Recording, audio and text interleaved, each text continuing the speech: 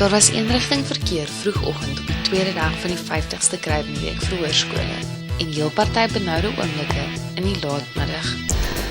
OB Platteland het die Luiperds met 35-10 geklop. Griquas Platteland het Grens Platteland met 51-0 verwoes.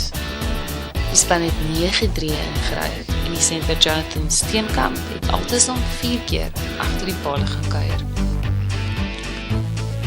Die Valke en die Griffins het met 37-11 gelyk opgespeel.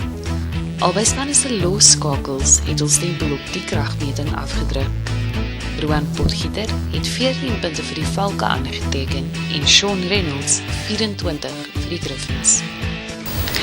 Suidwestelike distrik het die Leeu's op hul 20 gehou. Tog het die Leeu's met 34-27 gewen. Sy pak het SVD voorlangs opgekuil. Die Vrystaat het die oostelike provinsie in die hoofwedstryd van die dag met 32-21 getroof. Dit na 'n halftyd met 15-18 aan die verloorkant was. Die span se flank tref veel by Rampeta en die stit Oksne